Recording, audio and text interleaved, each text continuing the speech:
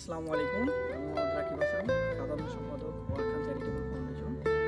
তো আজকে আমরা আসছি আমাদেরই বাজারে, কাতলি বাজারে, যেখানে আমাদের জানমালের নিরাপত্তা দেয়, আমাদের ঘরগুলোকে নিরাপত্তা দেয়, আমাদের বাজারটাকে নিরাপত্তা দেয়, আর সব দিক থেকে নিরাপত্তা দেয়। সে আমাদের নৈশপ্রহরী, যারা রাতে ঘুমায় না, চোখ ফেলে না, আমাদের নিরাপত্তার জন্য তারা কাটায়।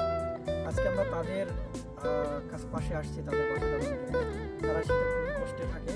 আমরা এটা উপলব্ধি করার পরে, এবং আমার পাশে আছে আমাদের বাজারের নৈশপ্রহরী হালিম সাহেব, আর আমার পাশে আছে আরেকজন নৈশপ্রহরী, তার নাম সোহেল, এবং আমার পাশে আমার ছোট ভাই আছে ইমন, আর আমার পাশে যিনি আছে আমাদের গেস্ট।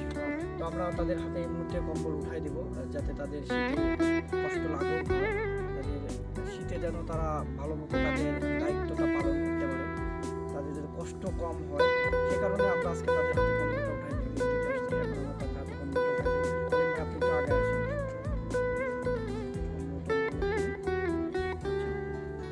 আপনি সোহেল সাহেব, আচ্ছা, কম্বল পায়া এখন কি আপনার কিছুটা হলেও শীত কমবে কিনা এবং আপনি খুশি কিনা এটা একটু জানতে চাই। আলহামদুলিল্লাহ, অনেক খুশি। আচ্ছা, বিশেষ করে আপনার যে কম্বলটা দিলাম আমরা, সেটা আমাদের ফাউন্ডেশন আছে, ওয়ারখান চ্যারিটেবল ফাউন্ডেশন। আমাদের ফাউন্ডেশনের জন্য দোয়া করবেন, জাস্ট এতটুকুই বলবো। আমাদের ফাউন্ডেশনের জন্য দোয়া করবেন যেন আমরা মানুষের পাশে দাঁড়াতে পারি।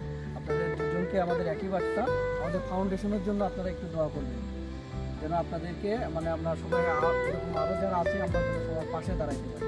এটাই আপনাদের কাছে চাওয়া, এছাড়া আমাদের চাওয়ার কিছু নেই। আপনার একটু মতামতটা আমাদের একটু জানাবেন। আপনি বলতে খুশি? আচ্ছা, আপনার কাছেও আপনার জন্য একই বার্তা, আমাদের ফাউন্ডেশনের জন্য আপনারা একটু দোয়া করবেন যেন আমরা মানুষের পাশে দাঁড়াতে পারি। একটি কম্বল দিয়ে নয়, আমরা মানুষের জন্য মানুষের দাঁড়ে দাঁড়ে যাই এবং মানুষের সমস্যাগুলো খুঁজে বের করে আমরা আমাদের সাধ্যমতো সমাধান করার চেষ্টা করি।